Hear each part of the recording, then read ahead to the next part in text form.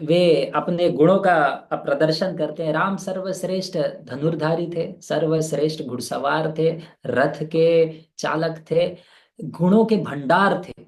प्रत्येक व्यक्ति राम से अत्यंत प्रेम करता था, चाहे वो कोई भी हो, राम जी से बहुत प्रेम करता था। ठीक है, क्षत्रिय थे, शक्तिशाली थे, धैर्यवान थे, किसी प्रकार का कोई ये नहीं लेते थे। यदि कोई व्यक्ति किसी प्रकार का कोई उनसे निंदा कर दे, कुछ बोल दे, तो फिर उसे बहुत गंभीरता पूर्वक नहीं लेते थे। लेकिन किसी ने थोड़ा सा भी उनके लिए कुछ अच्छा कार्य किया है, बड़े प्रसन्न हो जाते थे उसको देखकर। ठीक है। और फिर जितने भी ब्राह्मणों के प्रति उनका विशेष रूप से एक प्रेम होता था। हम्म, सारे शास्त्रों के ज्ञानी थे, धर्म का पालन करते थे, दुष्टों को दंड करने में और जो सही किया है उन्हें पुरस्कार देने में बहुत निपुण थे। ऐसे बहुत सारे गुणों का वर्णन आता है इस भाग के प्रारंभ में। ठीक है। तो ऐसे सब लोग प्रेम करते थे प्रभु श्री रामचंद्र से। तो इसी तरह से होते होते क्या हुआ, समय आया, राम जी 27 वर्ष के हो गए। ओके। तो दशरथ महाराज, अब उनको राज्य करके 60,000 वर्ष हो चुका है। ठीक है, दशरथ महाराज ने कितना हजार वर्ष राज्य किया है? 60,000 वर्ष। तब अब वो वृद्ध हो चुके थे और उनको अ, नया राजा भी चुनना था। तो उन्होंने क्या किया, उन्होंने जितने भी ब्राह्मण थे, और आसपास के राजा थे और प्रमुख जो प्रजा थे, सबका एक मीटिंग बुलाया, सबको बुला लिया। ठीक है। तो अब उनको शीघ्र ही उनके हृदय में जो तीव्र इच्छा थी प्रभु श्री रामचंद्र को राजा बनाने की, वो अभी शेष रह गई थी। तो उन्होंने सबको बुलाया और फिर सभी के उपस्थिति में उन्होंने क्या कहा। अब यहाँ यहाँ पे कहीं पे आचार्य कहते हैं जानबूझ के जनक महाराज और कैकेयी को नहीं बताया। ठीक है, कि कहीं ना कहीं उनके मन में एक डर था किसी प्रकार का। तो इसलिए ये दोनों को नहीं बुलाया। और फिर चैत्र, उन्होंने सबको इस जब मीटिंग बुलाया तो उन्होंने कहा कि चैत्र मास आ चुका है और पुष्य नक्षत्र में शीघ्र ही पुष्य नक्षत्र प्रारंभ होगा। तो मैं चाहता हूं कि कल ही, अब उनके हृदय में कई एक प्रकार से पहले ही उन्हें ऐसा भाप गए थे कि कुछ तो गड़बड़ होने वाला है। ठीक है। तो उन्होंने कहा कि अब कल ही क्या करना है, राम का राज्याभिषेक करना है, उन्हें राजा बनाना है। उनके मन में पहले से ही कुछ चिंता हो गई थी, कुछ उनको लगने लगा था। ठीक है। तो जैसे ही सारे प्रजा ने इस प्रकार से सुना, सब आनंद से पागल हो गए, बोले अरे हम तो चाहते हैं, प्रभु श्री रामचंद्र तो हमारे प्राण धन है, ये कार्य जीवन में आपने सर्वश्रेष्ठ कार्य जो निर्णय किया है दशरथ महाराज, आपने ये किया है। तो लोग इतने प्रसन्न हो गए कि दशरथ महाराज सोचे, मैं इतना बुरा राज्य करता था क्या? मैं इतना बुरा राजा था कि मेरे जाने से लोग इतने प्रसन्न हो गए। तो एक बाद में मंत्री ने कहा, देखो आप में कोई दोष नहीं है, लेकिन राम जो है वो गुणों के भंडार है। आप में कोई दोष नहीं है, लेकिन सब लोग राम जी से इतना प्रेम करते हैं कि वे इसलिए इतने प्रसन्न है कि उनके प्राण धन जो है वे अब राजा बनेंगे। तो सब बड़े प्रसन्न हो गए। राजा दशरथ महाराज भी बड़े प्रसन्न हो गए। फिर उन्होंने तुरंत क्या कहा, सबको भेजा, सुमंत्र को भेजा कि तुरंत जाओ तैयारी प्रारंभ करो। हाँ। और सारे ऋषियों को भी कहा कि आप तैयारी प्रारंभ करो। तो बड़ी प्रसन्नता से विश्वामित्र मुनि ने फिर क्या किया, सुमंत्र को जाके सब तैयारी करने के लिए बोला। अब दशरथ महाराज तुरंत क्या करते हैं, राम जी को बुलाते हैं।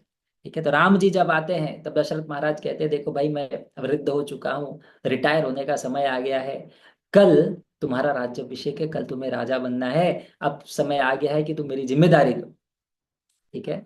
तो जैसे ही राजा ने इस प्रकार से कहा, तो जितने भी राम के मित्र वहां पर आसपास उपस्थित थे, राजा के इस वचन को सुने सब लोग दौड़ते दौड़ते गए कौशल्या माता के पास, कि बोले हम पहले ये समाचार माता कौशल्या को बताएंगे, इनाम मिलेगा। तो दौड़ते दौड़ते गए, माता कौशल्या बड़ी प्रसन्न हुई और उन्होंने क्या किया, बहुत सुंदर रूप से उन्हें पुरस्कार दिया। ठीक है। और दशरथ महाराज उसके पश्चात अपने कक्ष में गए आराम करने हेतु। और दशरथ महाराज के और माता कौशल्या को दशरथ महाराज ने, हाँ, जब राम जी भी वहां से चले गए तब दशरथ महाराज ने राम जी को पुनः बुलाया। अब उनके मन में, जैसे ही दशरथ महाराज अपने कक्ष में गए, थोड़ा विश्राम करने के लिए बैठे ही थे कि उन्हें बुरे बुरे सपने आना प्रारंभ हो गया। तो दशरथ महाराज चिंतित हो गए कि कुछ ना कुछ तो होने वाला है। उन्होंने राम जी को वापस बुलाया। हाँ, तो राम जी वापस गए और उन्होंने कहा कि देखो, मेरा सूर्य मंगल और राहु जो है बहुत ही अशुभ स्थान पर है। ठीक है, इसलिए मैं चाहता हूं कि बिना कुछ गलत कार्य हुए तुम कल ही तुम्हारा राज्य अभिषेक होना है, इसलिए अपने भाइयों का आने का प्रतीक्षा मत करो, जल्दी जल्दी तैयारी करो। तो कहा ठीक है। तो राम जी क्या करते हैं, माता सीता के पास जाते हैं। और वहां पे उन्हें माता सीता नहीं दिखती अपने कक्ष में। फिर वो माता कौशल्या के कक्ष में जाते हैं। वहां पर माता कौशल्या, लक्ष्मण जी और माता सुमित्रा उपस्थित थी। और वहां पे माता सीता जो है विग्रह के सामने, नारायण विग्रह के सामने, अपने प्रभु श्री रामचंद्र के मंगल के लिए वो क्या कर रही थी, प्रार्थना कर रही थी। ठीक है। तो उन्होंने कहा कि राम जी ने क्या किया, माता कौशल्या को बताया कि दशरथ महाराज का ये इच्छा है कि मैं राजा बनने वाला हूँ। तो कौशल्या माता बड़ी प्रसन्न हुई। तो उन्होंने कहा कि मैंने आज तक जितने भी ये किया है, तपस्या किया है, वे सब फलित हो गया। आज ये फलित हो गया कि प्रभु श्री राम आप जो है राजा बन रहे हो। बड़ी प्रसन्न हो गई। ठीक है। तो राम लक्ष्मण को कहते हैं कि आप क्या करिए, मेरे साथ राज्य कीजिए, आपके बिना मैं कुछ नहीं कर सकता, लक्ष्मण जी को राम जी कह रहे हैं। और फिर राम और माता सीता वो विश्राम करने के लिए जाते हैं। अब पूरा अयोध्या क्या हुआ है, सजाया जा रहा है। सबको समाचार पहुंच गया कि अब राम जी राजा बनने वाले हैं। तो पूरा अयोध्या क्या है, सुंदर रूप से सजाया जा रहा है। फिर सब सुंदर सुगंधित जलों को छिड़का जा रहा है पुष्पों के द्वारा। हर घर में अलग अलग प्रकार से अलग अलग दीप जला दिए गए, रोशनी लगा दिए गई। पूरा जो अयोध्या था वो जगमगा उठा। एकाएक रातों रात, अभी अभी समाचार मिला, और रातों रात क्या हुआ, पूरा अयोध्या संध्या होते होते जगमगा उठा। तो माता कैकेयी का जो कक्ष था, उनके टेरेस पे घूमते घूमते कौन गई, माता ये मंथरा गई। अब मंथरा कौन थी, ये कैकेयी की एक दासी थी। ठीक है। तो उनको भेजा गया था, उनके पिता ने उन्हें ये दासी दिया था विवाह के वक्त सेवा करने के लिए। वास्तव में ये देवताओं द्वारा इनको भेजा गया था ताकि राम जी की लीलाओं का जो है फास्ट फॉरवर्ड हो, चीजें आगे बढ़े। ठीक है, राम जी अपनी लीलाओं में आगे बढ़े, तो थोड़ा कैकेयी को इसलिए भेजा गया था देवताओं के द्वारा। ठीक है, वास्तव में वो अप्सरा है। ठीक है। तो आ, एक मंत्रा ने क्या किया, एक पूर्व में जो उनकी अ, अ, सेविका थी, उनको बुलाया कि भैया ये अचानक इतने त्योहार क्यों हो रहा है, इतना सब जगह तैयारी क्यों चालू हो गया। तो फिर उन्होंने कहा, अरे तुम्हें पता नहीं, राम दशरथ महाराज ने राम जी को राजा बनाना का निर्णय किया है। शीघ्र ही श्री रामचंद्र राजा बनेंगे। ठीक है। और वो आनंदित होके चली गई। अब जैसे ही मंथरा ने ये सुना कि अरे ये क्या चल रहा है, ये तो रातों रात पासा पलट गया, तो उन्होंने एकदम शीघ्रता, बड़ा क्रोध आया और फिर दुख हुआ। और उस अवस्था में कोई इसके पास गई, वे गई कैकेयी के पास। और कैकेयी बड़े आराम से सोफे पे एक प्रकार से एक आसन पे लेटी हुई थी, विश्राम कर रही थी। अब मंथरा इतना क्रोध था कि वो कहती, अरे मूर्ख, उठो, क्या कर रहे हो, देखता नहीं, देख नहीं रही हो कि तुम्हारा विनाश निश्चित हो, एकदम निकट आ गया है। तो माता कैकेयी समझ नहीं पाती कि क्या हो रहा है। तो फिर ये कहती है, मंथरा कहती है कि ये दशरथ महाराज वास्तव में तुम्हें केवल मीठा मीठा शब्दों को बोलकर आपको भ्रमित करके रखे हैं। कितना छल उनके मन में भरा हुआ है, देखिए उन्होंने क्या किया है। भरत को इस समय क्या किया है, बाहर भेज दिया है, राज्य के बाहर भेज दिया है, और राम को राजा बनाने का उन्होंने निर्णय ले लिया है। तो जैसे ही माता कैकेयी, देखो माता कैकेयी, आप सब लोग इसको ध्यान से सुनो। माता कैकेयी प्रभु श्री रामचंद्र से इतना प्रेम करती थी कि पहली बार जब मंथरा के मुख से वो सुनती है कि प्रभु श्री रामचंद्र राजा बनेंगे, वे इतनी प्रसन्न हो गई, इतनी आनंद से भर गई कि उन्होंने एक पूरा सुंदर रत्न क्या किया, कई कई को भेंट दिया, बोले मैं आज इतना प्रसन्न हो गई ये समाचार पाके, ये रत्न क्या हो करो आप उपहार के स्वरूप में लो। अब मंथरा को इतना क्रोध आया कि उन्होंने क्या किया, उनके सामने ही वो उपहार लेके उसे नीचे फेंक देती है और बोलती है अरे तुम इतनी मूर्ख हो, तुम्हें अपना समझ नहीं आ रहा है कि कितना बड़ा छल तुम्हारे साथ हो रहा है। ठीक है। तो आ, वो कहती है कि आ, वास्तव में दशरथ महाराज की जो पसंदीदा पत्नी वो तुम नहीं हो, ये तुम्हें केवल मीठे मीठे शब्दों से भ्रमित कर रहे हैं। वास्तव में उनकी पसंदीदा माता कौशल्या है। ठीक है। क्योंकि वे केवल तुम्हें मीठे शब्दों से बहला फुसला के राजा किसको बना रहे हैं, राम। इसका अर्थ जानती हो, अगर राम राजा बन गए तो माता कौशल्या जो है वो रानी बन जाएंगी, और वो रानी जब बनेंगी तब आप उनकी दासी बनोगी, और भरत जो है वो राम के दास बनेंगे, और मैं क्योंकि मैं तुमसे जुड़ी हूं मैं भी दासी बनूंगी। इसलिए ये भ्रम में मत रहो कि दशरथ महाराज तुमसे प्रेम करते हैं, वो तुमसे बहला फुसला के तुम्हें साइड में कर रहे हैं, तुम्हें बगल में कर रहे हैं ताकि माता कौशल्या को वो रानी बना सके। उसके पश्चात एक बार राम राजा बन गए फिर तुम्हें कोई नहीं बचा सकता। और इस प्रकार से अब देखो, एक समय है जब माता कैकेयी राम जी से इतना प्रेम करती हैं कि जब उन्होंने समाचार सुना तो वे अ, रत्न और आभूषण दे रही हैं प्रसन्न होकर। किंतु धीरे धीरे धीरे उनके मन में क्या हुआ, यह विष डालते गई डालते गई डालते गई डालते गई, और धीरे धीरे धीरे माता कौशल्या भ्रमित हो गई। ठीक है, माता कैकेयी भ्रमित हो गई और उन्हें वास्तव में लगने लगा कि अरे मैं अगर राम राजा बन जाएंगे तो ये मैं तो दासी बन जाऊंगी, और दशरथ महाराज मुझसे प्रेम नहीं करते। तो फिर उन्होंने कहा मंत्रा तुमने बहुत बढ़िया समय पे आके मुझे बचा लिया है, तो इसका उपाय बताओ, तुम्हारा तरीका क्या है, इससे बचा कैसे जाए।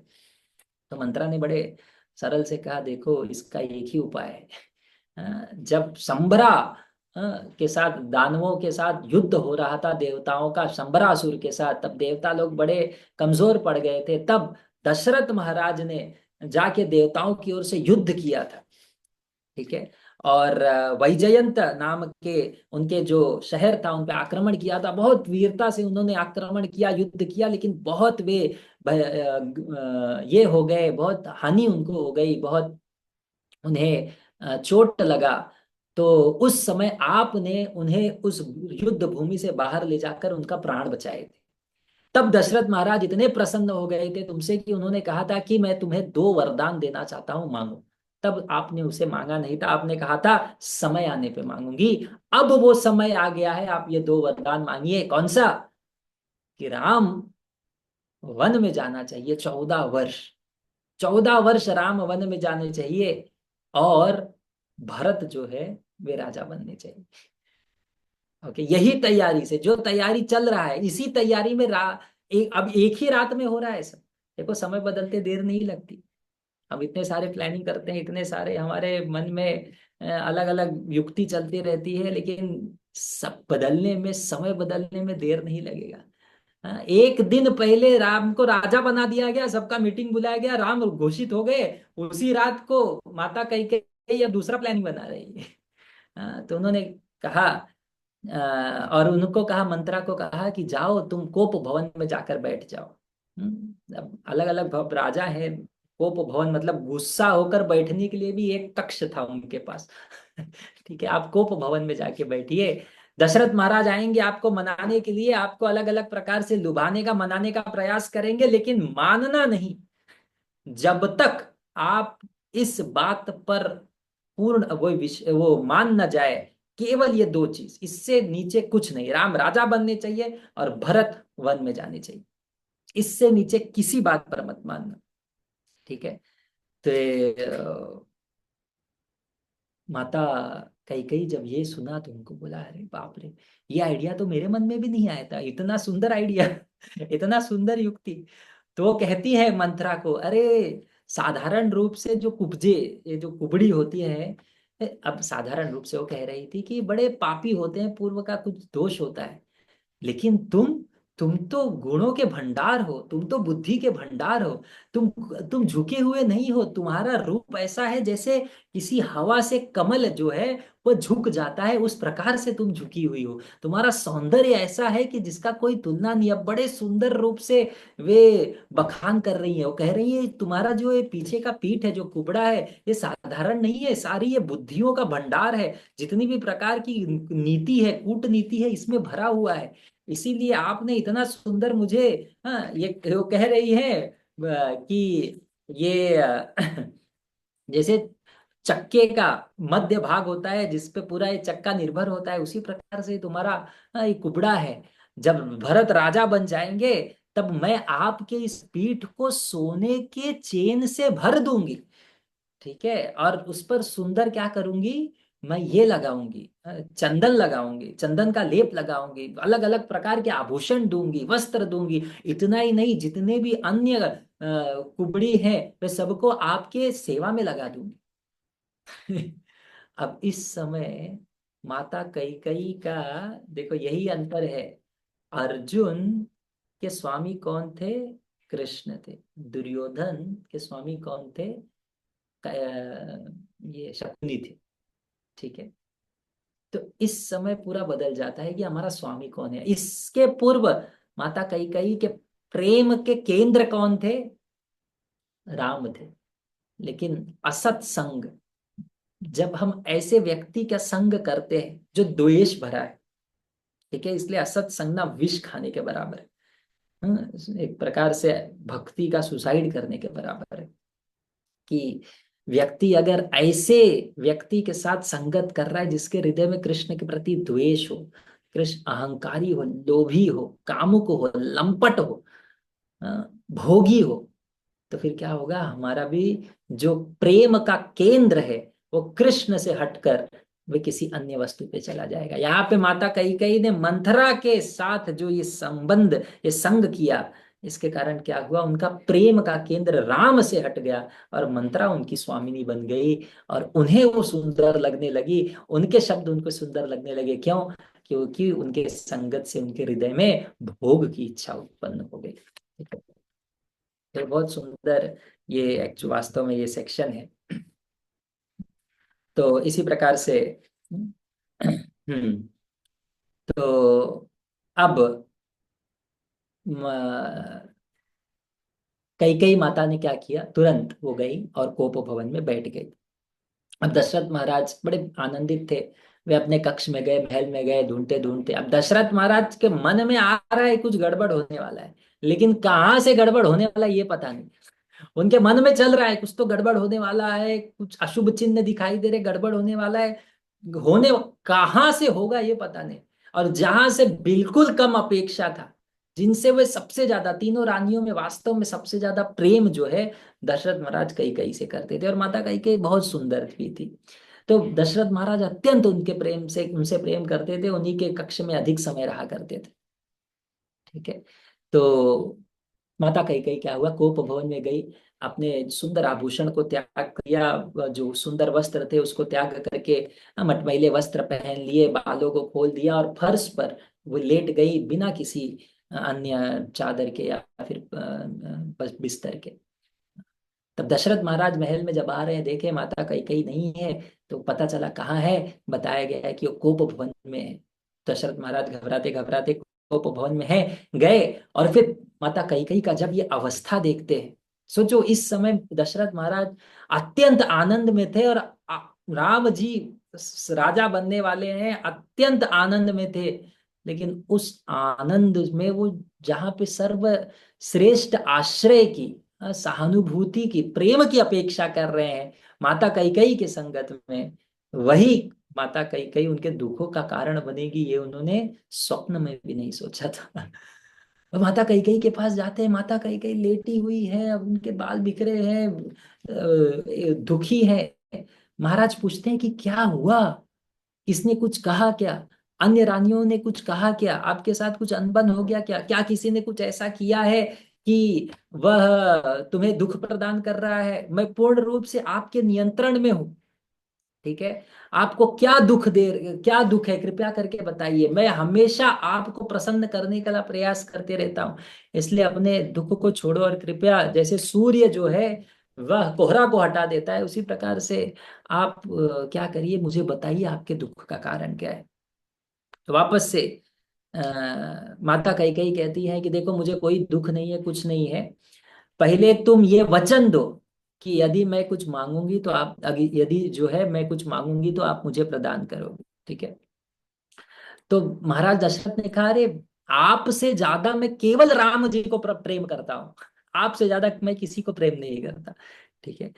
तो मैं वचन देता हूं कि आप जो भी कहोगे वो मैं करूंगा, इसलिए घबराइए मत। मैं, आप 3 बार कहे, आप जो कहोगे मैं करूंगा, आप मुझे बताइए, मैं वचन देता हूं जो भी आप इच्छा है वो मैं पूर्ण करूंगा। इस प्रकार से जब 3 बार दशरथ महाराज ने कहा, कई कई माता को कॉन्फिडेंस आ गया और तुरंत उन्होंने कहा कि मैं सभी 12 आदित्य, 11 रुद्र, 8 वसु, द्विज, अश्विन कुमार, सूर्य चंद्र, दिन रात, चारों दिशाएं, और भूत राक्षस, सभी को साक्षी मानती हूँ। सब लोग इस बात के साक्षी हैं कि दशरथ महाराज ने मुझे वचन दिया है कि मैं जो बोलूंगी वो करेंगे, ठीक है। सबको साक्षी बनाया और फिर उन्होंने कहा, आपको मेरे ये 2 वचन पूर्ण करने होंगे, मेरे ये 2 वरदान है जो मैं मांगना चाहती हूँ कि अ, अब उन्होंने कहा कि देखो, पूर्व में मैंने आपसे, जब आपका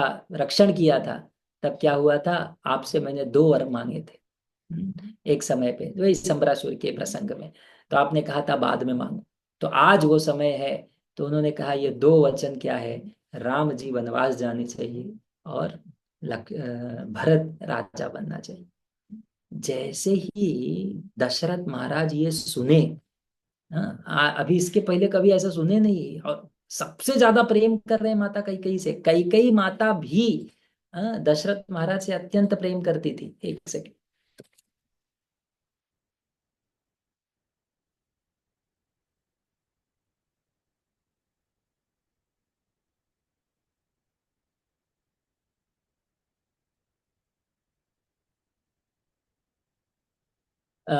माता कैकेयी भी प्रभु श्री रामचंद्र से अत्यंत प्रेम करती थी। अब कैकेयी माता से इस प्रकार से शब्द जब उन्होंने सुना, उन्हें इतना दुख हुआ, अचानक पूर्ण रूप से विस्मित हो गए। उन्हें समझ में ही नहीं आ रहा, मैं स्वप्न देख रहा हूँ, मैं क्या कर रहा हूँ, और एक प्रकार से अचेत हो गए, ठीक है, और गिर गए वो, अचेत होके।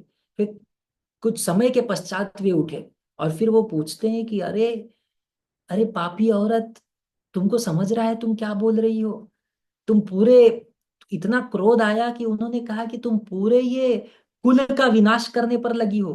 राम ने आखिर तुम्हारा क्या बिगाड़ा है? हाँ, वे सबके चहीते हैं, वे किसी का कुछ नहीं करते, इतने सरल स्वभाव के हैं, सब लोग उनसे प्रेम करते हैं, ठीक है। मैं अपने बाकी अन्य 2 पत्नियों को त्याग सकता हूँ, प्रभु श्री रामचंद्र को नहीं त्याग सकता। तो इतना क्रोध में बोलते गए, उसके बाद वे शांत हुए। अब देखो दशरथ महाराज की अवस्था। हम्म। और यहाँ पर हम लोग एक चीज समझना चाहिए, पूरे प्रसंग में एक चीज याद रखो कि देखो, हृदय में जब द्वेष या काम आ जाता है ना, हृदय पत्थर जैसा हो जाता है, ठीक है। वह वह किसी भी हद तक गिर जाता है। हृदय में यदि काम है या द्वेष है ना, व्यक्ति इतना निर्दयी हो जाता है, इतना कठोर हो जाता है कि वह उसका हृदय बिल्कुल पत्थर हो जाता है। हाँ, कुछ भी कर सकता है, कुछ भी हद तक जा सकता है, और कितना ही उसको बोलो उसे कुछ समझ नहीं आता। ये काम वासना और क्या है, द्वेष का परिणाम है। अब माता कैकेयी के हृदय में अब वो दोष आ चुका था। दशरथ महाराज रो रहे हैं, गिड़गिड़ा रहे हैं। हाँ, वे जाके कहते हैं कि कृपया करके आप ये 2 जो आपने मांगा है वो छोड़ दो। राम बड़े निर्मल है, बड़े कृपालु हैं, वे सत्यवादी हैं, इतने सरल भाव के हैं। और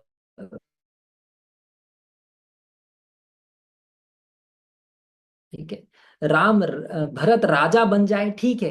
भरत, यहाँ पे राम ये भी कहते हैं कि भरत राजा बन जाए, कोई समस्या नहीं है, लेकिन राम को वनवास क्यों? राम जी वनवास नहीं, अब देखो माता कई कई राम जी को वनवास भेजना चाहती थी ताकि कोई रिस्क ना हो।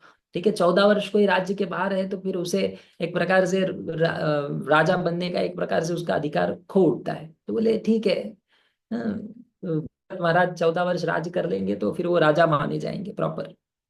क्योंकि राम जी श्रेष्ठ थे ना, राम जी श्रेष्ठ थे।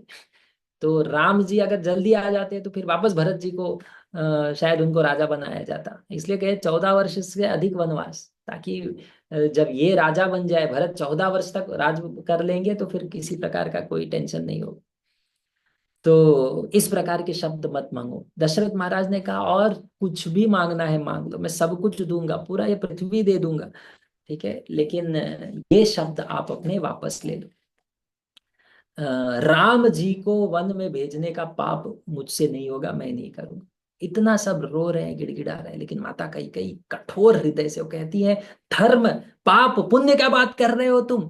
किस मुंह से कर रहे हो? अभी अभी तुमने वचन दिया कि आप मेरे शब्दों को पूर्ण करोगे, आप इस शब्द को तोड़ रहे हो, अपने वचन पालन नहीं कर रहे हो, और आप बोल रहे हैं कि धर्म की बात कर रहे हो। किस प्रकार से धर्म कर रहे हो? अरे महाराज शिवी के सोचो, अब शिवी अब अलग ये है। शिवी को देखो, कि एक जो एक एक क्या था बोलते हैं, पिजन, कबूतर उनके राज्य में आ गया था। तब तक पीछे पीछे भागते, अब ये देवताएं होते हैं तो उनके पीछे एक क्या बोलते हैं, चील भी आया था। तो उन्होंने कहा देखो उन्होंने क्या किया था। अब एक प्रकार से जब पिजन उस कबूतर ने आके इनका आश्रय ले लिया तो शिवी महाराज बोले मुझे बचाओ। उन्होंने कहा ठीक है बचाऊंगा। तब उस चील ने आके कहा अरे ये तो मेरा भोजन है, आप इसको कैसे ले सकते हो? बोले नहीं, इसने मेरा आश्रय लिया है। बोले मुझे तो खाना है। तो बोले ठीक है, इसके वजन का मांस मैं देता हूँ। तो क्या है, अपना शरीर का मांस काट के उसको दिए थे। अब ये देवता उनकी परीक्षा ले रहे थे। तो देखो महाराज शिवी का देखो, अपने वचन से पलटे नहीं, अपना मांस काट के दिए। ठीक है, उसी प्रकार से अन्य उन्होंने उदाहरण दिया।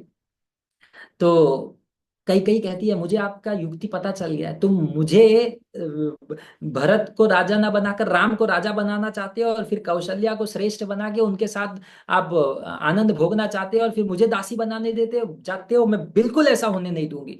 मैं विष खा के अपने प्राण दे दूंगी आज ही, यदि आपने मेरे शब्द पूर्ण इच्छाओं को पूर्ण नहीं किया। ठीक है, अब देखो ये, अब ये पूरा प्रजा सब कोई अलग सोच रहा है, ये एक स्त्री अलग सोच रही है। मंथरा और ये केवल दो ही जन है पूरे राज्य में अलग सोच रहे हैं। बाकी सब प्रभु श्री रामचंद्र को राजा बनाने का सोच रहे हैं, केवल ये दो है अलग सोच रहे हैं, उसमें ये अकेली। तो ये इसको कहते हैं पागलपन। इसको कहते हैं पागलपन। तो जब इस प्रकार से वो कहने लगी तो वापस से राजा क्या हुआ, अचेत हो गए, और केवल राम राम राम राम वो चिल्लाए जा रहे हैं, बोले जा रहे हैं, बोले जा रहे हैं। ठीक है, वापस से उन्हें क्रोध आया और कहा कि अरे तुम्हें ये निर्लज्ज औरत, ये तुम्हें किसने ये पट्टी पढ़ाया? किसने तुमको ये ऐसा करने के लिए कहा?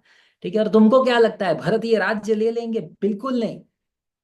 ठीक है, और ये बिल्कुल गलत है। और फिर दशरथ महाराज वो सोचने लगे कि राम जो इतने सुख और ऐश्वर्य में पले बड़े हैं, वे जब जंगल में जाएंगे तो फिर क्या होगा? कैसे उनको वहां पे सहन कर पाएंगे, और वे कैसे वहां पर रह पाएंगे? इसलिए फिर से रोते हुए गिड़गिड़ाते हुए वह फिर से कहते हैं कि कृपया अपने शब्द वापस ले लो। ठीक है, फिर कहते हैं कि देखो कितने ये स्त्री और विशेष रूप से आप, वो मतलब भरशरथ महाराज, अब देखो भ्रमित अवस्था में कह रहे हैं कि कितने दोषी होते हैं। कि अ, उनका हृदय जो है पत्थर का हो गया है। ठीक है, और तो दशरथ महाराज माता कैकेयी को कहते हैं तुम्हें चिल्लाना है चिल्लाओ, तुम्हें जहर खाना है जहर खाओ, तुम्हें धमकी देना है धमकी दो, मैं राम को भेजने वाला नहीं। ठीक है, और फिर वापस से वो क्या है, रोने लगे, भीख मांगने लगे। ये पूरा चलता रहा, क्रोध आता था, रोते थे, भिक्षा मांगते थे, क्रोध आता था, फिर वो प्रार्थना करने लगे भगवान ये रात्रि बीते ही ना, क्योंकि सुबह होगा तो ये सबको समझ आया जाएगा। ठीक है, अब सवेरा हो गया धीरे धीरे। चंद्र जो है पुष्य नक्षत्र में प्रवेश करने वाला है। वशिष्ठ ऋषि आ गए, और वशिष्ठ ऋषि जब आ रहे हैं तो देख रहे हैं कि पूरा जो अयोध्या नगरी है उसे सजाया गया है, बहुत सुंदर रूप से पूरे अयोध्या नगरी को सजाया गया है। सब जगह सुंदर अलग अलग प्रकार के सजावट है, पुष्पों से और सेंट, अलग अलग सुगंधित जलों से सब कुछ छिड़का गया है। तो जब इस प्रकार से सुंदर सजावट हुआ था, तब वशिष्ठ ऋषि सुमंत्र को भेजते हैं कि जाओ दशरथ महाराज को बुलाओ, और उन्होंने कहा कि मैं क्या है, सोने के अलग अलग जगहों से, तीर्थ स्थानों से सोने के घड़े भरकर जल लाया हूँ, विशेष आसन लाया हूँ प्रभु श्री रामचंद्र के लिए। फिर अलग अलग प्रकार के बीज, रत्न लाया हूँ, फिर शहद, दही और बहुत सारी वस्तुएं वो बताते हैं, घी, दूध, शहद, दही, पुष्प, जौ, ये सब चीज मैंने क्या है लाया है, दुर्वा, और और बहुत सारी चीजें वो बताते हैं कि मैंने ये सब लाया है, तैयारी प्रारंभ करो। अब सुमंत्र वो क्या करते हैं, दशरथ महाराज को ढूंढने के लिए जाते हैं। अब वो ढूंढते ढूंढते क्या हुआ, कोप भवन में जाते हैं, उनको समझ जाता है, वहां पर गए, दशरथ महाराज की अवस्था सुमंत्र देखते हैं, समझ नहीं पाते। तब तक माता कैकेयी कहते हैं चिंता मत करो, ये इतने आनंद में थे, सुमंत्र को कहती है माता कैकेयी, इतने आनंद में थे कि रात भर सो नहीं पाए। ठीक है, तो दशरथ महाराज सुमंत्र को देखते हैं कि सुमंत्र तुम्हारा, वो बड़े आनंद में है, वो तो सोच रहे हैं राम राजा बनने वाले हैं, तो कह रहे हैं सुमंत्र आप, क्या हो रहा है, आप मेरे हृदय जो मेरा, आप इतने आनंदित हो, मेरा हृदय जो है अभी टूट रहा है, तो कृपया करके आप शीघ्र ही प्रभु श्री रामचंद्र को बुलाओ। तो सुमंत्र जाते हैं रामचंद्र जी के पास। उस समय रामचंद्र जी माता सीता के साथ होते हैं, सफेद फूलों का वो क्या है, सुंदर माला पहने हुए हैं। और राम जी, सुमंत्र राम जी को कहते हैं कि ये बुला रहे हैं, दशरथ जी बुला रहे हैं। तो राम सीता को कहते हैं कि निश्चित रूप से कोई शुभ बात की चर्चा करनी होगी, उद्देश्य होगा, इसलिए बुला रहे हैं। ठीक है। अब राम जी एक तरफ से सब ज्ञानी है, उनको सब पता है, लेकिन फिर भी लीला करते हैं। तो राम जी दशरथ के पास जाते हैं, अब महाराज यहाँ बैठे हुए हैं, उनका चेहरे का जो कांति है पूरा गिर गया है, चिंतित है, दुखी है। तो राम जी सोच रहे हैं कि क्या हो गया अचानक, इस दुख का कारण क्या है। तो राम जी कैकेयी को पूछते हैं कि वो बोल रहे हैं कि दशरथ महाराज मेरे को देखकर ये प्रसन्न नहीं है, क्या कारण है। तो माता कैकेयी से पूछते हैं कि इनके दुख का कारण क्या है। ठीक है, कि क्या मुझसे किसी प्रकार का कोई अपराध हो गया है। ठीक है, तो कई कई दशरथ महाराज कई कई राम जी को कहते हैं, नहीं नहीं, दशरथ महाराज ना दुखी हैं, और ना ही, दशरथ महाराज ना क्रोधित है, ना ही आपसे वो किसी प्रकार से नाराज है। ठीक है, बस उन्होंने मुझे दो वचन दिए थे, जो जब पूरा करने का समय आया तो वो पूर्ण नहीं कर पा रहे, और वो आपको ये वचन बोलने से घबरा रहे। ठीक है, तो इसीलिए वे अपने पद से भ्रष्ट हो रहे हैं, ऐसा पहले कभी नहीं हुआ। इसलिए मैं चाहती हूँ कि आप उनको समझाओ कि वे अपने वचन को पूरा करें। देखो कैकेयी माता का हृदय, एक दिन पूर्व राम जी को प्राण से अधिक प्रेम कर रही है, और एक ही दिन के पश्चात इस प्रकार से कठोर युक्ति उनके मन में चल रहा है।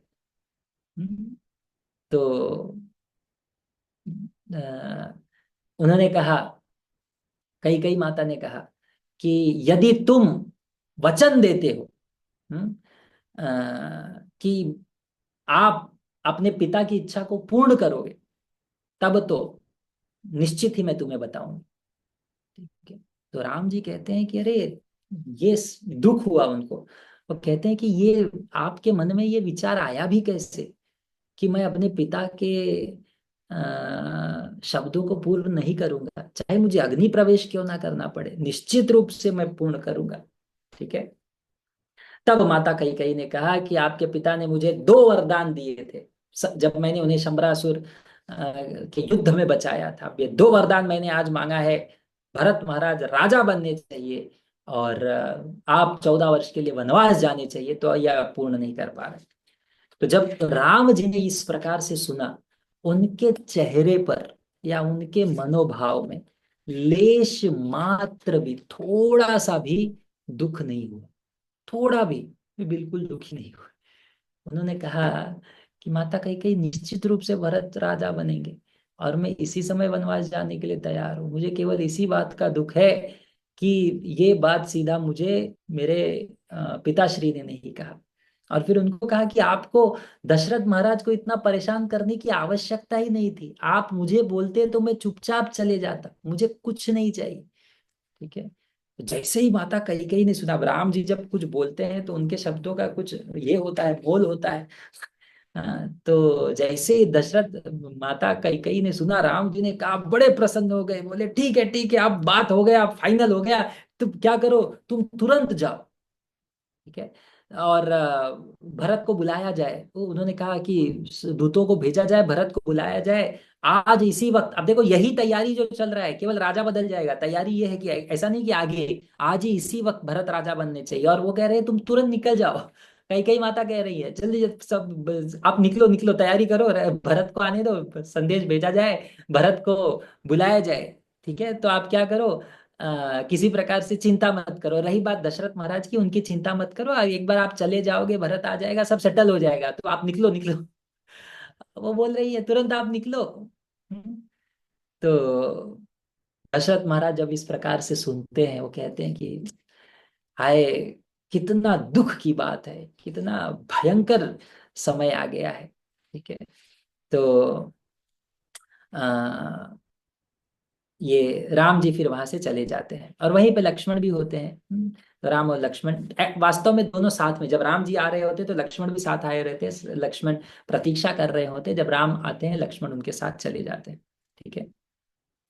तो राम जी अ, अ, कौशल्या माता के पास जाते हैं पहले। अब देखो एक एक के पास जाएंगे राम जी। पहले किसके पास जाते हैं, माता कौशल्या के पास।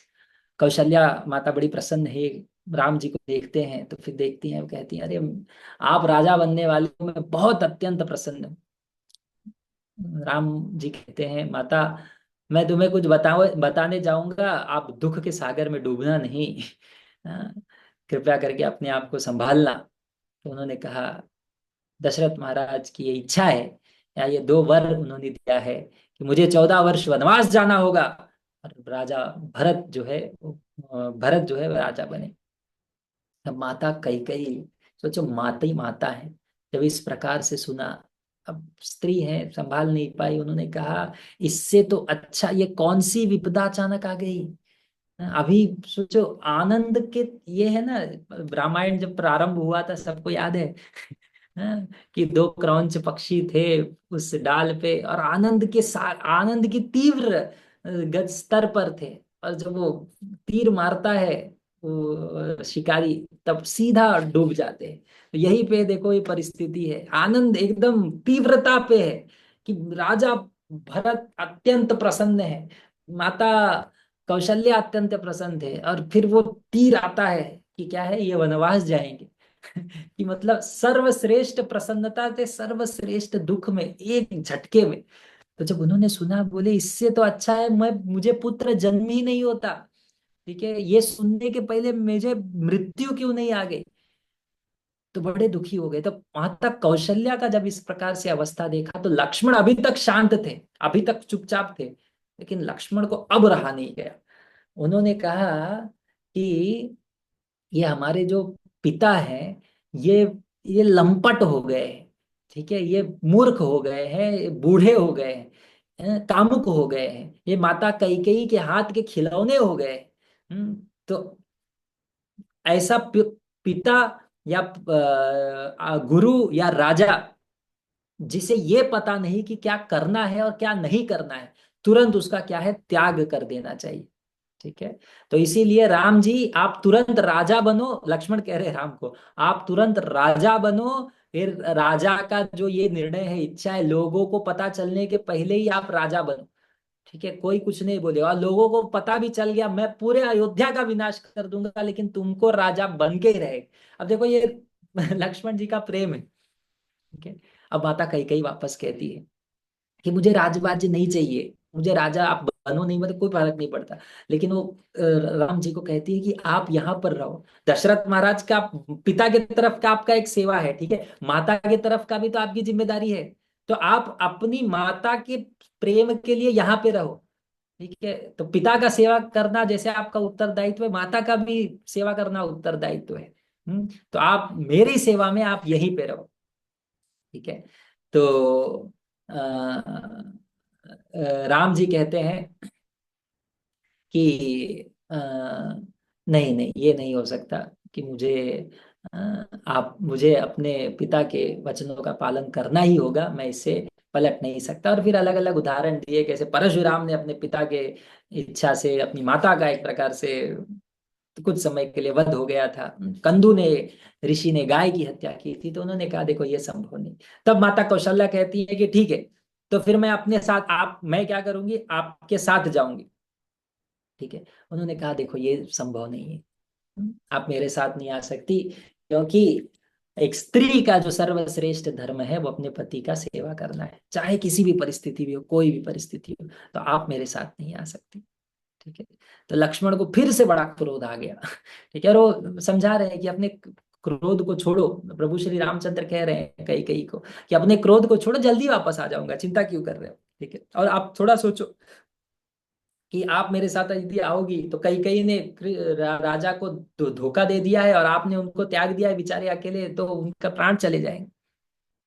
तो लक्ष्मण फिर से क्रोधित हो जाते हैं। राम जी लक्ष्मण को कहते हैं उसके बाद कि लक्ष्मण देखो तुम क्रोधित मत हो, ठीक है, भरत जल्दी से राजा बन जाएंगे, उनको संभालो।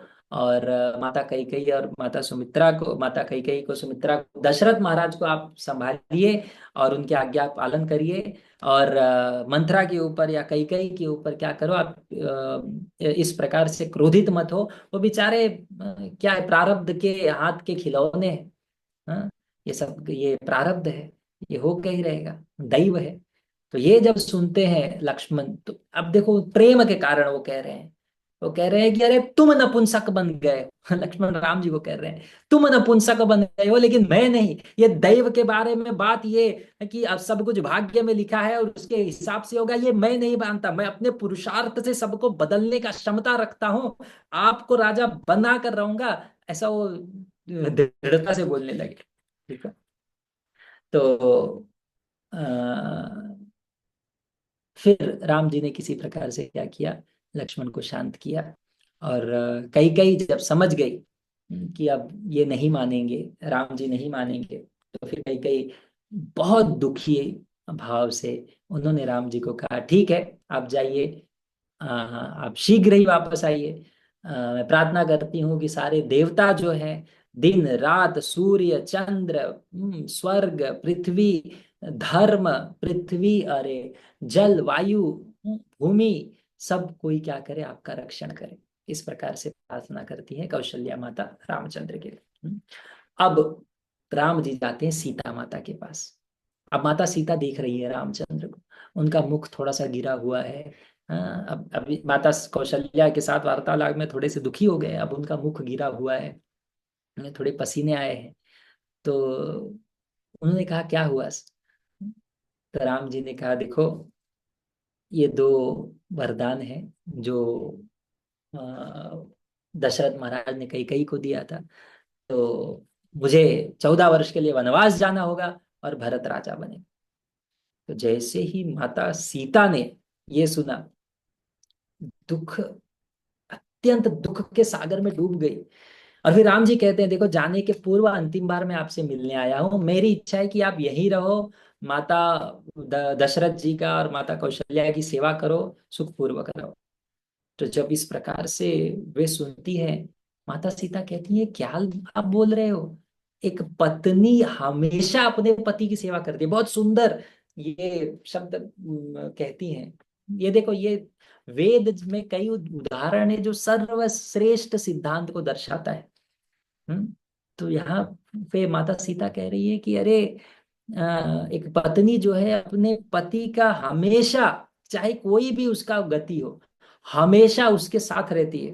ठीक है, और कोई उसके पास नहीं, यहाँ तक कि पिता है, पति है, या फिर भाई है, पुत्र है, बहू है, ये सब अलग अलग एक प्रकार से हो सकते हैं, लेकिन पत्नी कभी भी अपने पति के संरक्षण से अलग नहीं हो सकती। इसलिए मैं आपके साथ साथ जाऊंगी, मुझे ज्यादा कुछ नहीं चाहिए, मैं छोटा सा वन में फल फूल खाऊंगी, आपको परेशान नहीं करूंगी, सुंदर वहां पे। अब वो बता रही है कि कैसे मुझे लेकर जाना है, मैं डिस्टर्ब नहीं करूंगी आपको, मैं जंगल तो मेरे को अच्छा लगेगा, क्योंकि इतना बढ़िया बढ़िया सीन वहां पर देखने को मिलेगा। और फिर वो कहती है, देखो अगर आप मेरे संग हो तो कोई भी स्थान स्वर्ग है, लेकिन आप नहीं हो तो कोई भी स्थान नर्क है। मैं आपके बिना यहाँ पर नहीं रहूंगा। अब राम जी सीता को कहते हैं, अरे आप जानती हो वहां पे किसी प्रकार का कोई बेड नहीं रहेगा। ठीक है, वहां पे ठंडी, गर्मी, वर्षा तीव्र रहेगी, अलग अलग प्रकार के जानवर रहेंगे, केवल खाने के लिए कुछ फल और जड़ें मिलेंगी। इसीलिए नहीं नहीं, तुम यहीं पे रहो। सीता माता को कह, तुम्हारा सीता पुनः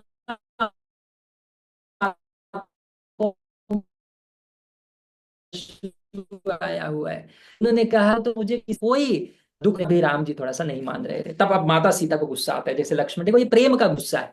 ठीक है, जब व्यक्ति किसी से प्रेम करता है तो उससे थोड़ा क्रोधित होता है, तो माता सीता को क्रोध आया। फिर उन्होंने कहा, अरे मेरे पिता ने सबसे बड़ा मूर्खता क्या किया कि मुझे मेरा आपके साथ विवाह कर दिया।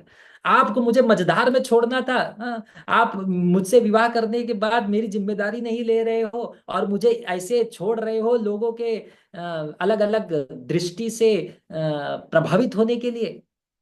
ठीक है, तो ये पूरे अयोध्या वासी जो है मूर्ख में मूर्ख है, जो आपको सूर्य के समान तुलना करते हैं। आप अपनी पत्नी का रक्षा नहीं कर सकते, मैं यहाँ पे बिल्कुल नहीं रहूंगी, आपके साथ आऊंगी या तो विष खा के आज ही अपने प्राण दे दूंगी। ऐसा कहकर माता सीता क्या हुआ, अत्यंत जोर जोर से रोने लगी, अत्यंत तीव्रता से रोने लगी। प्रभु श्री रामचंद्र देखते हैं और फिर माता सीता को आलिंगन करते हुए एक प्रकार से अपने हाथों में लेते हैं और कहते हैं, चिंता मत करो, मैं केवल आपकी परीक्षा ले रहा था, तुम वास्तव में मेरे साथ आना चाहती हो या नहीं आना चाहती हो। उन्होंने कहा, मैं क्या कर रहा था, आपकी परीक्षा ले रहा था। तब राम जी का हृदय पिघल गया, कहा ठीक है, आप मैं भला आपको दुखी देखकर, आपको दुख देकर मैं कैसे प्रसन्न हो सकता हूँ। तो आप मेरे साथ आ सकते हो, मैं केवल आपके मन की परीक्षा ले रहा था। तो आप जाइए, जितने भी आपके पास धन है वो सब क्या करें, आप दान में दीजिए। पहले क्या करो, आप अपना सारा धन क्या है वो जाके अलग अलग दान में दे दो। ठीक है, तो जो आपके वस्त्र हैं, आभूषण हैं, अलग अलग रत्न है, वो सब क्या करो, ब्राह्मणों को दान दो। तो माता सीता तो जा रही है राम के साथ। अभी लक्ष्मण थोड़ी देर पूर्व क्या था, बोल रहे थे कि राम ही राजा बनेंगे, अब पता चल गया कि राम जाने ही वाले हैं, रुकने नहीं वाले, माता सीता जा रही है। तो उन्होंने क्या किया, राम जी के पैरों को पकड़ लिया और कहा कि भगवान, मुझे छोड़ के नहीं जा सकते। मैं आपके साथ आऊंगा, मैं आगे आगे चलूंगा। आप लोग अच्छा सा दृश्य का आनंद लीजिए, मैं आपके आगे आगे चलूंगा, आपकी सेवा करूंगा, फल और फूल तोड़ के लाऊंगा, आप जब विश्राम करोगे तो मैं रक्षण करूंगा, कृपया करके मुझे अपने साथ नहीं लेके साथ लेकर चलिए। राम जी ने कहा, अरे आप दशरथ महाराज और माता कौशल्या का रक्षण कीजिए। कौशल्या और सुमित्रा को आपकी आवश्यकता होगी। उन्होंने कहा, लक्ष्मण ने कहा, वो भरत देख लेंगे। कृपया करके रोने लगे। फिर आंखों में अश्रु आ गए, तो राम जी ने कहा, ठीक है ठीक है, आ जाइए, आप भी साथ में आ जाइए। फिर उन्होंने कहा, आप क्या करिए, जो धनुष वरुण जी ने जनक महाराज को दिया था वो लेकर आइए। फिर कभी न समाप्त होने वाला बाणों का ये लेके आइए, क्यूबर कहते हैं। और अ, फिर दो बहुत ही अच्छे तलवार लेकर आइए, हम लोग तुरंत ही निकलेंगे। ऐसा कहकर राम जी लक्ष्मण को भेजते हैं और फिर कहते हैं कि जाओ अपनी माता से आज्ञा लेकर आओ। तो लक्ष्मण जी ये सब कार्य करते हैं, ये सब कार्य समाप्त करके वे वापस आते हैं। तब तक राम जी सभी ब्राह्मणों को बुलाते हैं। ठीक है। और फिर वो कहते हैं कि सभी ब्राह्मणों को बुलाते हैं ताकि ताकि वे अपने अपना जितना भी धन है उन्हें बांटना है। तो वहां पर सुयज्ञ आते हैं, वशिष्ठ के पुत्र। और अगस्त्य के पुत्र, वे विश्वामित्र के पुत्र, वे सब आते हैं। और फिर राम जी अपने जो ट्रेजरर है उनको बुलाते हैं और कहते हैं मेरा जितना धन है वो प्रस्तुत करो। फिर उनके ट्रेजरर जितने भी राम का धन है, सोना है, रत्न है, वस्त्र है, रथ है, अलग अलग प्रकार के जानवर है, वे सब वहां पर प्रस्तुत होते हैं, बड़ी मात्रा में होते हैं। और फिर राम जी क्या करते हैं, सभी कुछ ब्राह्मणों को दान देने लगते हैं। सबको जो भी आया सबको वो दान दे रहे, दान दे रहे, दान दे रहे, दान दे रहे, दान दे रहे। तो इस प्रकार से जब चल रहा था तो वहीं समीप पे एक त्रिजटा नाम का एक ब्राह्मण था। वो क्या करता, त्रिजटा नाम का था। तो वो बड़ा अत्यंत गरीब था। वो अयोध्या से समीप एक जंगल था, वहां रहता था। तो उनकी पत्नी ने बोला, अरे राम जी दान दे रहे, जाओ कुछ लेके आओ। तो त्रिजटा आता है, ब्राह्मण था, कहता है मुझे दान चाहिए। तो उन्होंने, राम जी ने कहा ठीक है, ये आप, ये जो दंडा है, ब्रह्म दंड होता है ब्राह्मणों का, ये आप जितना दूर फेंक सकते हो, जितना दूर फेंकोगे और जितना वो गायों के पार जाके गिरेगी, उतनी गाय आपकी। तो उन्होंने थोड़ा कमर कसा त्रिजटा ने, और वो डंडा घुमा के इतना दूर फेंका कि कई सारी गाय, हजारों गाय को पार करके गए। तो राम जी बड़े प्रसन्न हुए, कहे देखो बुरा मत मानना, मैं ब्राह्मणों की शक्ति देखना चाहता, देखो राम जी इस समय आनंद ले रहे हैं। हाँ, यहाँ पे उनको राज्य जा रहा है और आनंद, अपना अपना धन भी आनंद से बांट रहे हैं। बोले जाओ ऐसा बांटो। और फिर कह रहे चिंता मत करो, मैं आपके ब्राह्मण शक्ति को देखना चाहता था। और वे सब बड़े प्रसन्नता पूर्वक उन्होंने क्या किया, सब कुछ बांट दिया। ठीक है। अब राम लक्ष्मण और सीता, अब यहाँ पे अब परिस्थिति अवस्था क्या आई कि अ, राम लक्ष्मण और सीता पैर से चल चल कर वो क्या करते हैं, दोनों सब लोग जाते हैं महाराज दशरथ के कक्ष में। अब सब लोग रास्ते से चल कर जा रहे हैं। अब सभी प्रकार का ऐश्वर्य उन्होंने छोड़ दिया कि रथ नहीं लेंगे, ये नहीं लेंगे, चल कर जा रहे हैं। सब अयोध्यावासी जब ये देखते हैं, बड़े बड़े वहां पर घर रहते हैं, बिल्डिंग रहते हैं, अयोध्यावासी जब ये देखते हैं कि माता सीता साधारण रूप से उन्हें कोई देख नहीं पाती थी, क्योंकि हमेशा वो कक्ष में रहा करती थी, आज सब कोई उनको इस प्रकार से देख रहा है। तो इस इतना उनको दुख हुआ कि सब लोग क्या किए, दशरथ को भला बुला कहने लगे, अलग अलग प्रकार से बोलने लगे। तो उन्होंने कहा कि हम सब क्या करेंगे, अपने परिवार और विवार सबको लेकर क्या करेंगे, हम भी वन में चले जाएंगे। और वन को जो है वो शहर बना देंगे, इस शहर को जंगल बना देंगे। इस प्रकार से सब कहने लगे। तो राम जो है कई कई के कक्ष में जाते हैं। अब यहाँ पे बहुत मार्मिक दृश्य है। राम जी है, कई कई के कक्ष में जाते हैं। और सुमंत्र और अन्य जो सुमंत्र जो है, उनको देखते हैं और कहते हैं कि इनको दशरथ महाराज को कहो कि मैं आ गया। दशरथ महाराज सुमंत्र को कहते हैं कि जाओ पहले मेरी सारी रानियों को बुला कर लाओ। तो देखते ही देखते कई सारी रानियां आती हैं। दशरथ महाराज की कौशल्या माता भी वहां पर आती है। तब दशरथ महाराज, वो राम जी जब आते हैं तो उनकी सारी रानियां और माता कौशल्या वहां पर है। दशरथ महाराज दौड़ कर जाते हैं प्रभु श्री रामचंद्र को आलिंगन करने के लिए। दौड़ते दौड़ते वो गिर जाते हैं, गिरते गिरते प्रभु श्री रामचंद्र उनको बचाते हैं। ठीक है। तो उसके बाद दशरथ महाराज को एक जगह पे बिठाते हैं राम जी। अब समय आ जाता है, दशरथ महाराज कहते हैं कि राम आप क्या करो, आप मुझे बंदी बना लो। अब दशरथ महाराज कह रहे हैं आप क्या करो, मुझे बंदी बना लो। ठीक है, तुमको कोई रोकेगा नहीं, तुम मुझे बंदी बना कर रखो। और तो राम कहते हैं देखो मुझे कोई राज्य की आवश्यकता नहीं है, मैं वन में जाके संतुष्ट हूँ। तो दशरथ महाराज कहते हैं ठीक है, अगर आपको ऐसा करना है तो करिए, केवल एक दिन और एक्स्ट्रा यहाँ पर रुक जाइए। एक दिन बोलते हैं कि क्या करो, थोड़ा सा एक दिन और एक्स्ट्रा यहाँ पे रुक जाओ। राम जी कहते हैं नहीं, ये आपने वचन दिया है, वचन का पालन करना अनिवार्य है। उसके पश्चात दशरथ महाराज राम को आलिंगन करते हैं और फिर से रोते रोते वो क्या है, अचेत गिर जाते हैं। तो जब ये अवस्था देखते हैं, अब सुमंत्र अब बड़े करीब होते हैं, सुमंत्र जो मंत्री हैं वे बड़े करीब होते हैं इनके, राम जी के परिवार के। तो सुमंत्र अब महाराज दशरथ की ये दशा देखकर और ये परिस्थिति देखकर बड़े क्रोधित हो जाते हैं। वो कैकेयी को कहने लगते हैं, कि अरे मूर्ख, और स्त्री, आप राम को इस प्रकार से भेज कर अपने पति की हत्यारा बनोगी। आप सुमंत्र बड़े स्पष्ट रूप से बता रहे हैं, इस कार्य से क्या होगा, आपके पति का क्या है, हत्या हो जाएगी। तो आप इसका दंड अवश्य भोगोगे। अ, सभी जो ब्राह्मण है वो यहाँ से चले जाएंगे, और ये जो राज्य है वह सारे शुभ लक्षण से विहीन हो जाएंगे।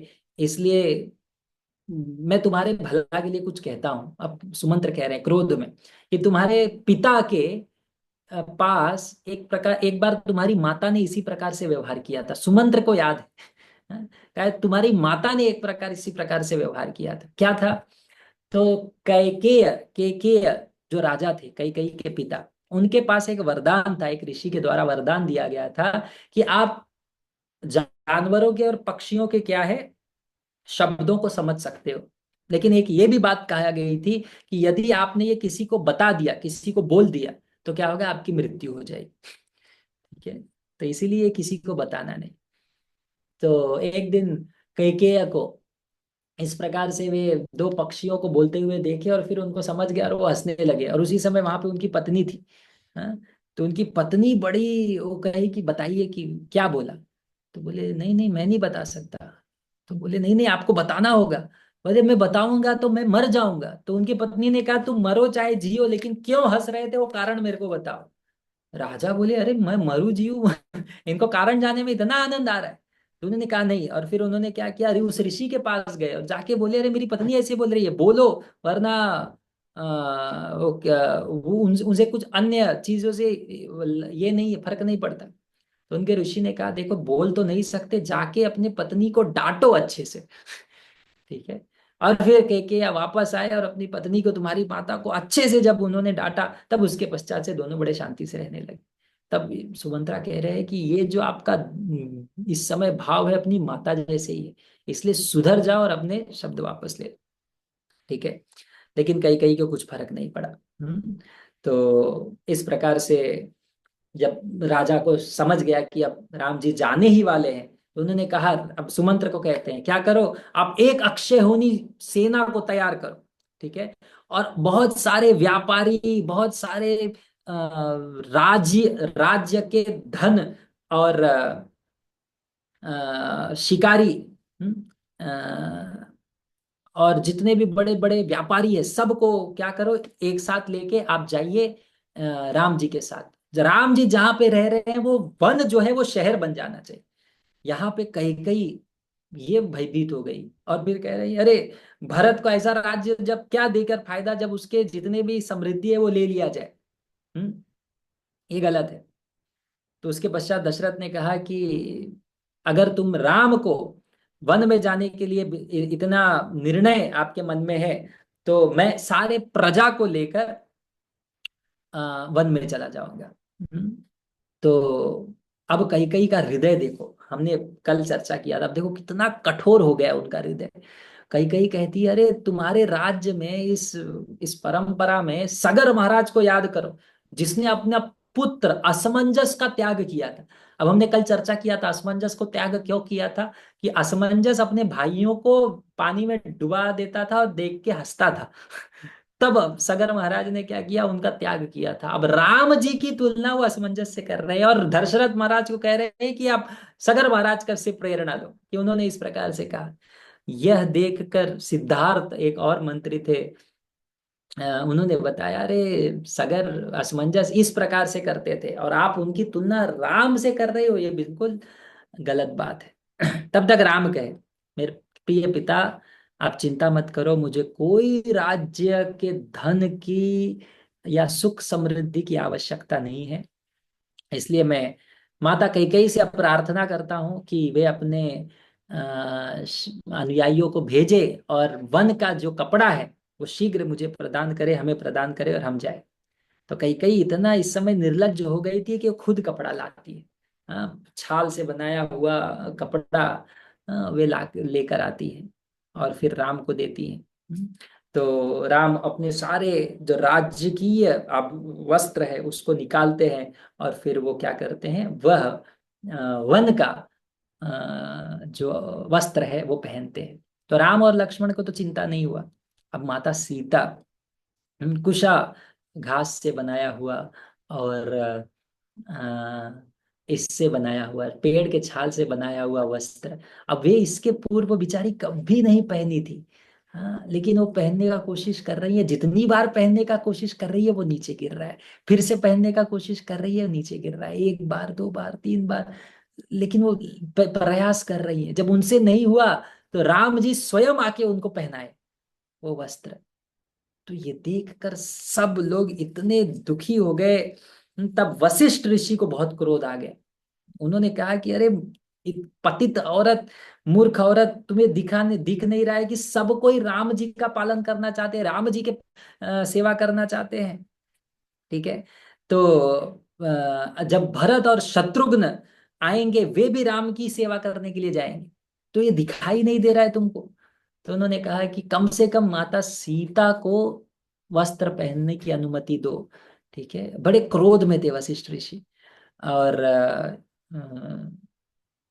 उनको सुंदर वस्त्र और कुछ आभूषण लेने का ये दो, अनुमति दो। तब जाके थोड़ा कई कई मान गए, वशिष्ठ ऋषि क्रोधित भी थे, वो मान गए। ठीक है। और इस प्रकार से आ, सब लोग अब ये सब वस्त्र पहन के सुमंत्र क्या हुआ, रथ पर बैठते हैं और सब लोग जाने लगते हैं। ठीक है। तब सब जो राज्य के लोग हैं वे दशरथ महाराज को बहुत अपशब्द कहने लगते हैं, एक प्रकार से कठोर शब्दों से उनको निंदा करने लगते हैं। और धीरे धीरे दशरथ महाराज कहते हैं सुमंत्र को कि आप राम और लक्ष्मण को लेकर जाइए। कौशल्या माता सीता को आलिंगन करती है, निकलने के पूर्व माता कौशल्या सीता को आलिंगन करती है और फिर कहती है कि बुरे समय में बहुत सारी स्त्रियां हैं जो समर्पित नहीं है, अपने पतियों को छोड़ देती है। ठीक है।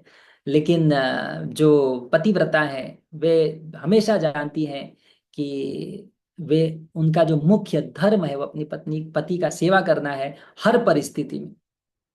ठीक है। इसलिए आप कभी भी अपने सेवा छोड़ना नहीं और हमेशा उनकी पूजा करना, उनका साथ में रहना। तो माता सीता ने कहा कि इस प्रकार से असती स्त्रियों के बारे में बताकर मुझे मत बताइए। मेरा जो आसक्ति है, मेरा जो प्रेम है, मेरा जो समर्पण है प्रभु श्री रामचंद्र के प्रति, ये अटूट है।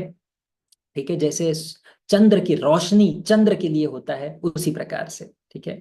बहुत सुंदर सुंदर उदाहरण देती है, जैसे वीणा बिना उसके तार के, या फिर रथ उसके पहिए के बिना जैसे हो नहीं रह सकता, उसी प्रकार से मैं प्रभु श्री रामचंद्र के बिना नहीं रह सकती।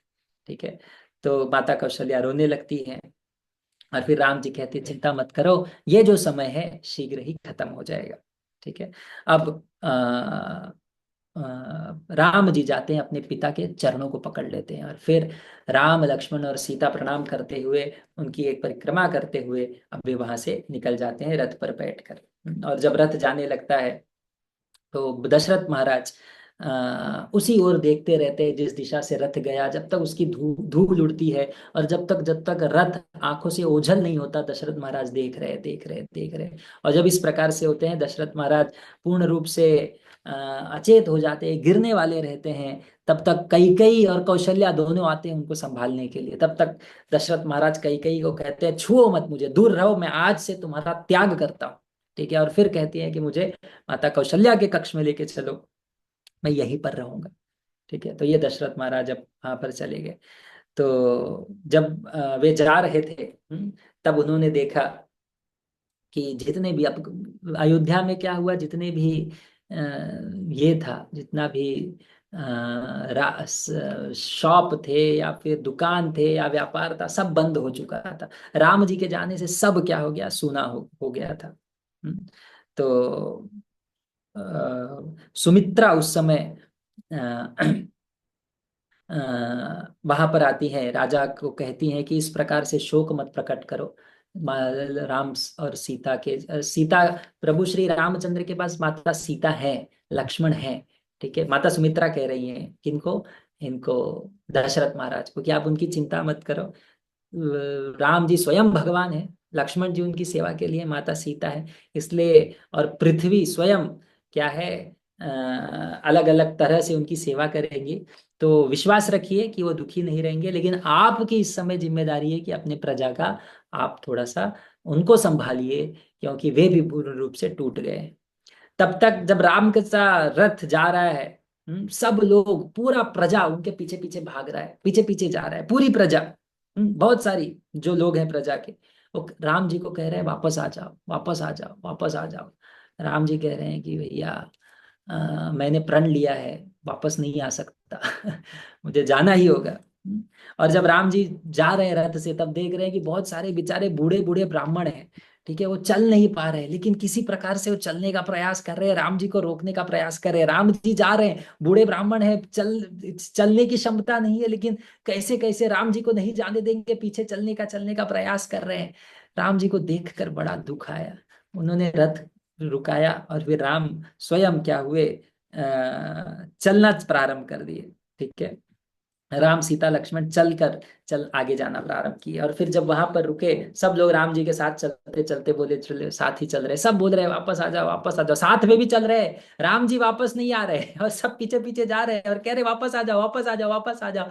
लेकिन राम जी क्या है, चलते जा रहे हैं, चलते जा रहे हैं, चलते जा रहे हैं, रुक नहीं रहे। ठीक है, और फिर चलते चलते चलते क्या हुआ, वे तमसा नदी के तट पर आ जाते हैं। ठीक है, संध्या हो जाती है, तमसा नदी के तट पर आ जाते हैं। और फिर वहां पर सुंदर एक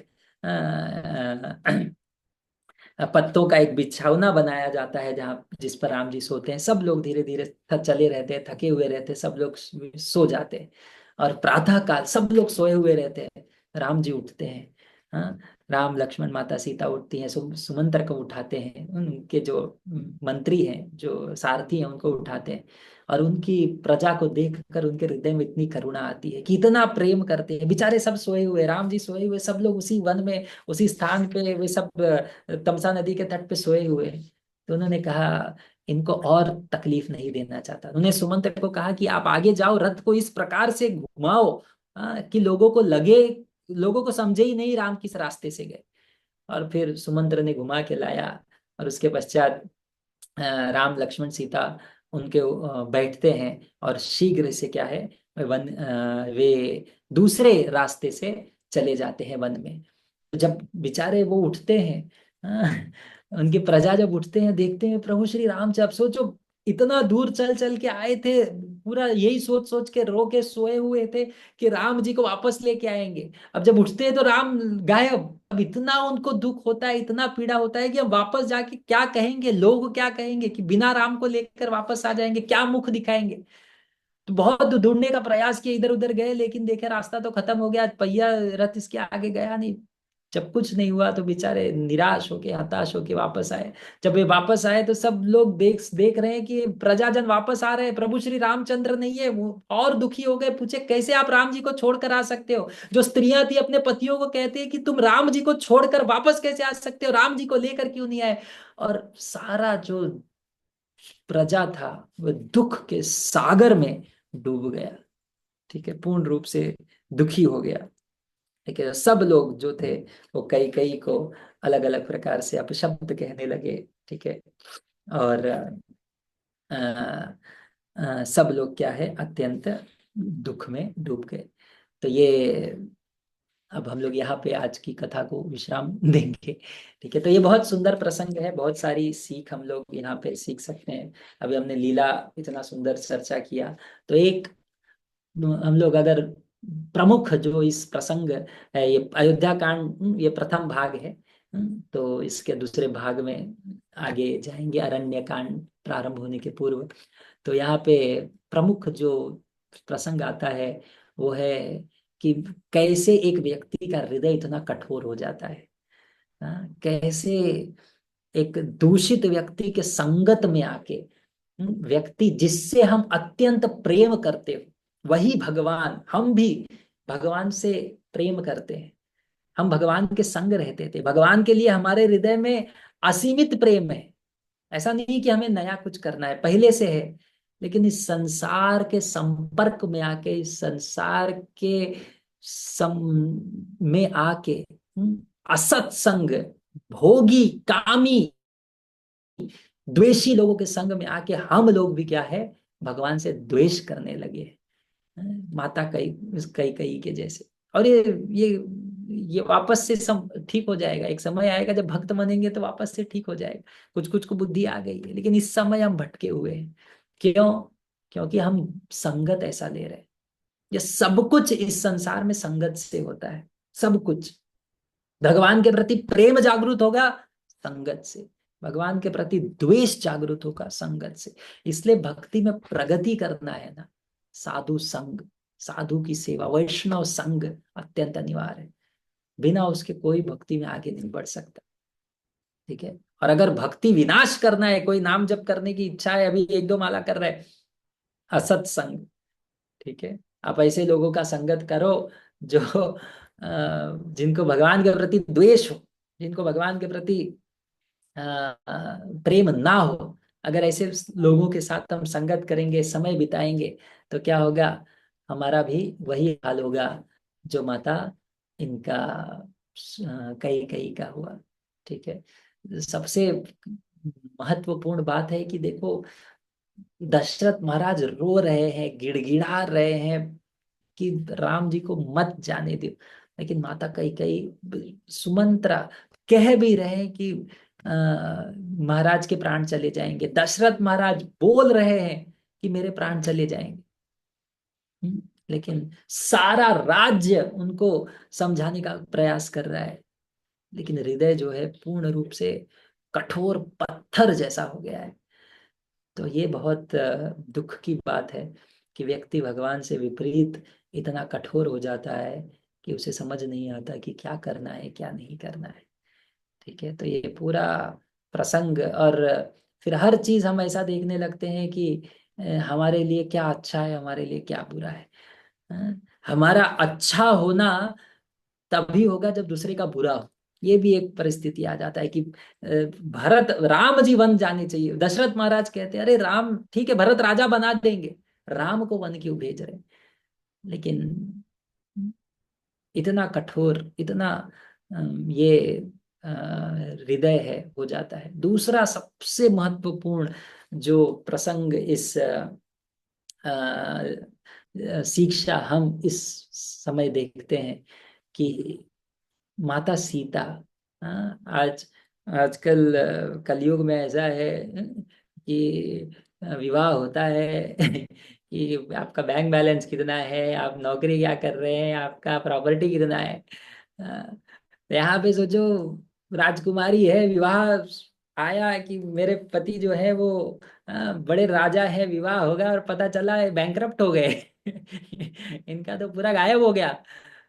तो माता कौशल्या कहती है साधारण रूप से स्त्रियां, पत्नी जो है वो छोड़कर चली जाएंगी, लेकिन माता सीता का ये देखो, दृढ़ता देखो, कि कोई भी अवस्था, किसी भी अवस्था में मैं रामचंद्र जी को छोड़ूंगी नहीं, उनकी सेवा छोड़ूंगी नहीं। वो कहती है आप जहां हो वहां पर स्वर्ग है, आप नहीं हो तो वो नरक है।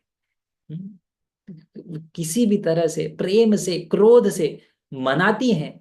और रामचंद्र जी के, अब ये कोई सरल बात नहीं है, वास्तव में रामचंद्र जी जो कह रहे थे वो सही बात थी। माता सीता जब वन में जाएंगी उनको इतना दुख होगा, पीड़ा होगा, राजकुमारी है, कभी ऐसे परिस्थिति को देखे नहीं।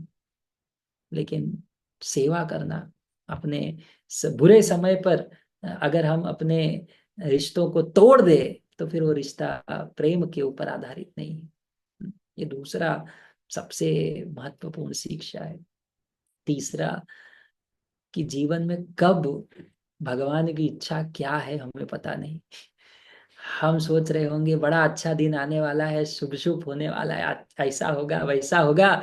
लेकिन भगवान की इच्छा क्या है, कब पलटी होगा, समय का चक्र बदली होगा। हम जो इतने चीजें सोच रहे हैं, युक्ति बना रहे हैं ऐसा वैसा करने का, ये कब पलट जाएगा और क्या हमारे समक्ष आएगा, कुछ पता नहीं। सिर्फ एक ही चीज हमें बचा सकता है, वो है आश्रय, भगवान के प्रति प्रेम, भगवान के प्रति आश्रय, और कुछ नहीं। ये जीवन, ये राम जी यही दिखा रहे हैं कि ये जीवन कैसे, जब भी आप सोचोगे सुख आने वाला है, वहां से कुछ और दुख आ जाएगा। तो सिखा रहे हैं कि ये संसार दुख से भरा हुआ है। ये राम जी बता रहे हैं, अपने जीवन देखो, बोल रहे हैं मेरा एग्जाम्पल देखो। कि ये जीवन में, भौतिक संसार में दुख, अगर आप सोचोगे सुख हमेशा रहेगा, नहीं रहेगा, कब बदल जाएगा, कब दुख आ जाएगा पता नहीं। इसीलिए इस भौतिक संसार में अधिक सुख की अपेक्षा मत करिए, ये वो बता रहे हैं। उसके पश्चात लक्ष्मण जी से हम सीख सकते हैं, कि लक्ष्मण को वन में जाने के लिए नहीं बोला गया था। चलो माता सीता तो एक बार हम पूछ सकते हैं, लक्ष्मण जी को वन में जाने के लिए नहीं बोला गया था। वन, कई कई माता ने कहा राम 14 वर्ष के वनवास जाएंगे, लक्ष्मण को तो कुछ लेना देना नहीं, तो बोली भी नहीं। लेकिन लक्ष्मण अपनी सेवा नहीं छोड़ेंगे। ठीक है, तो अच्छा परिस्थिति चल रहा है, सेवा करना बड़ा आसान है। अच्छा परिस्थिति चल रहा है, नाम जप करना आसान है। लेकिन जीवन में कुछ तकलीफ आ जाए, दुख आ जाए, चिंता हो जाए, व्यक्ति भगवान की सेवा छोड़ देते हैं। तो लक्ष्मण कह रहे हैं कि चाहे परिस्थिति कैसी भी हो, मेरे जीवन का आनंद, मेरे जीवन का अच्छा समय क्या है कि मैं भगवान की सेवा कर रहा हूं, और बुरा समय क्या है, मेरी भगवान की सेवा छूट गई है। बाकी बाह्य परिस्थिति अच्छा बुरा नहीं होता। हाँ, कि मैं जंगल में हूं कि वन में हूं, कि ऐश्वर्य के साथ हूं या मेरा ऐश्वर्य छीन चुका है, ये सुख, ये आनंद का हमारा, ये नहीं है, आधार नहीं है। मेरे आनंद का आधार क्या है? मेरे पास राम जी की सेवा है, कृष्ण की सेवा है, भगवान की सेवा है या नहीं। कभी भगवान को छोड़े नहीं, किसी भी परिस्थिति में वे भगवान को छोड़े नहीं। ये होता है भक्ति, ये होता है सेवा, इसे कहते हैं आनंद। सर्वश्रेष्ठ व्यक्ति आनंद कब अनुभव करता है? ऐसे कि किसी भी परिस्थिति में वो भगवान को छोड़ता नहीं। तो ये सब सुंदर शिक्षाएं हैं इस प्रथम भाग के अयोध्या कांड में। हम अगले कल दूसरा भाग देखेंगे। बहुत बहुत धन्यवाद। हरे कृष्णा। प्रभु श्री रामचंद्र की जय। सीताराम लक्ष्मण हनुमान की जय।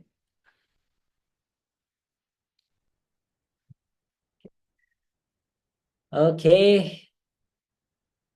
तो मैं आप सबका बहुत बहुत आभारी हूँ कि आप लोग ज्वाइन हो रहे हैं, सुन रहे हैं।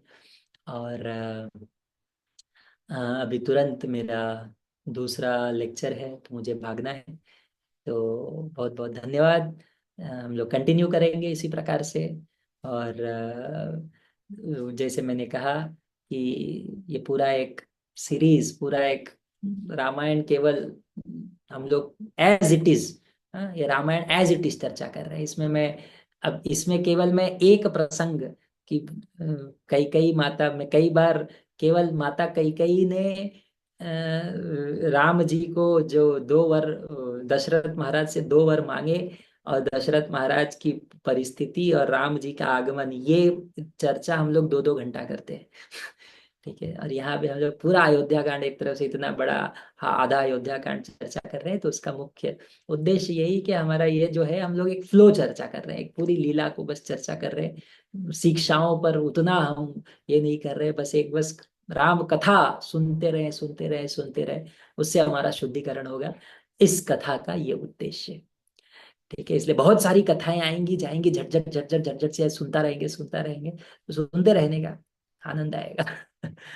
ओके, बहुत बहुत धन्यवाद। Hare Krishna, thank you so much. Hari बोल। किसी को कुछ पूछना है, कुछ कमेंट करना है, एड्रेस कर सकते हैं। एक, किसी को कुछ, okay, will and here. Hare Krishna.